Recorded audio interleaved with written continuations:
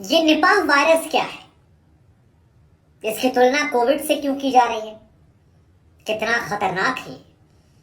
इसके लक्षण क्या है? कैसे पता लगे कि निपाह हो गया? इससे बचाव कैसे किया जाए? ये वीडियो जो है ये आपको डराने के लिए नहीं है। ये वीडियो माहौल बनाकर आपसे लाइक, फॉलोवर या शेयर करवाने के लिए नहीं है। ये वीडियो आपको जानकारी देने के लिए। दरअसल निपाह वायरस को लेकर एक बड़ी इंपॉर्टेंट जानकारी जो है वो निकल कर आई Indian Council of Medical Research यानी आईसीएमआर से। और आईसीएमआर की तरफ से कहा गया कि निपाह वायरस जो है इससे डेथ परसेंटेज की जो मृत्यु दर है वो 40 से 70% है। फिर हमें याद आया कि कोविड में तो ये यार 2%, 5%, 7% से ऊपर नहीं गए थे अलग अलग वेव में, और यहाँ पर 40 से 70% अगर आती है तो ये बहुत ज्यादा खतरनाक है और कोविड से बहुत ज्यादा है। इसलिए हमें आपको इसके बारे में बात करना चाहिए। केरल में बहुत सारे मामले निकले हैं।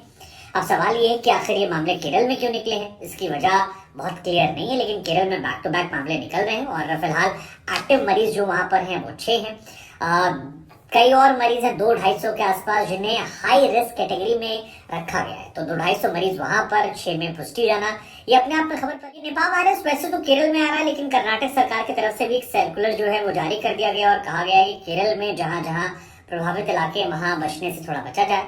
केरल में कई और जगह हैं जहां पर भी कहा गया है कि थोड़ा सा जांच पड़ताल तेज रखी जाए, जैसे मैसूर में कहा गया है, दक्षिण कन्नड़ में, कोडागु में, तमाम जगहों पर है।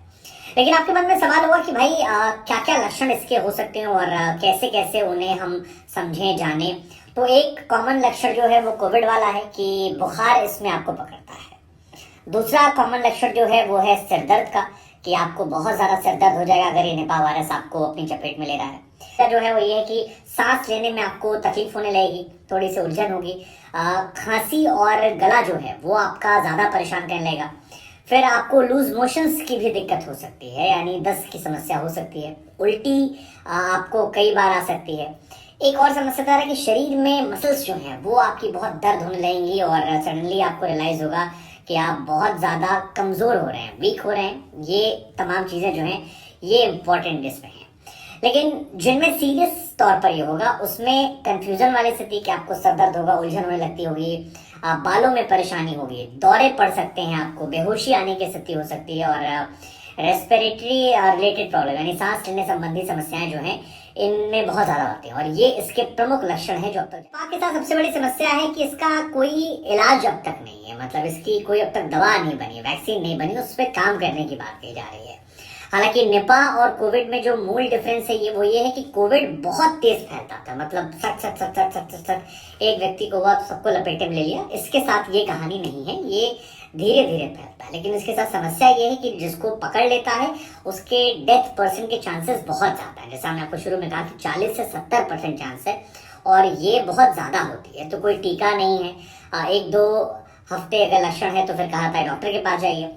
पहली बार 1998 में मलेशिया के सुंगई निपाह गांव है, वहां पर कहा गया कि निपाह का पता लगा और वहीं पर एक गांव है निपाह जिसके नाम पर इसका पड़ा।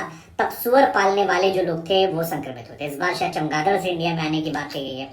मुख्यतः वहां पर ये रहा, फिर मलेशिया गया। मलेशिया में पालतू जानवर जैसे कि कुत्ता, बिल्ली, घोड़े, वहां से इंजेक्शन निकल कर आए।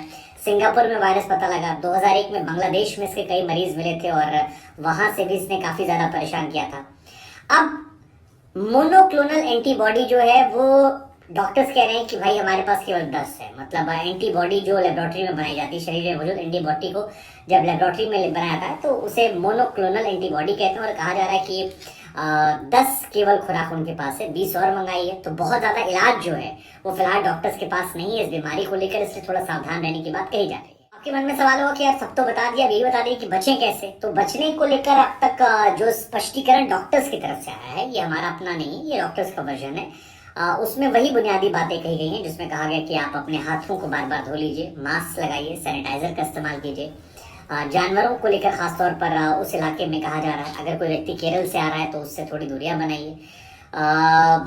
कहीं से आप इसको पाते हैं तो मतलब आपको वही बचना है कि उन जगहों से थोड़ा सा बचिए जो वहाँ ऐसे लोग जो हैं जो केरल से आ रहे हैं प्रभावित इलाकों से।